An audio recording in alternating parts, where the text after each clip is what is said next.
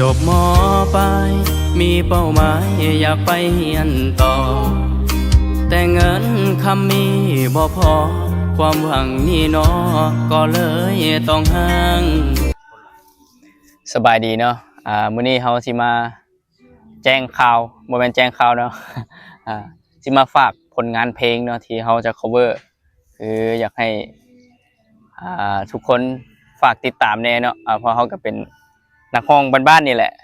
มักฮักในการร้องเพลงเนาะก็เลยอยาก cover ขึ้นมาและให้กำลังใจคนที่เป็นลูกจ้างบ่หรือว่าเฮ็ดเวียกอยู่ไกลคนต่างบ้านต่างเมืองเนาะที่ก็ตอนนี้มันก็ท้ายปีแล้วเนาะสิเบิดปีแล้วเฮาก็เลยอยากส่งแรงใจกำลังใจให้ทุกคนที่อยู่ไกลบ้านบางเทื่อก็อยากกลับไปหาครอบครัวบ่หยังเนาะแต่จังใดเนาะฝากติดตามกดไลค์กดแชร์ในช่อง YouTube ต้าพงษ์ปัญญาเนาะในไว้นี้เฮาจะปล่อยลงเนาะจังใดก็ขอบใจ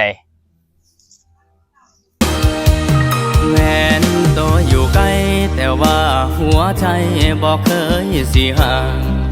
บางวันยังนั่งแนมทางเมื่อบ้านของเฮาอยู่เด้อคิดพอแต่นา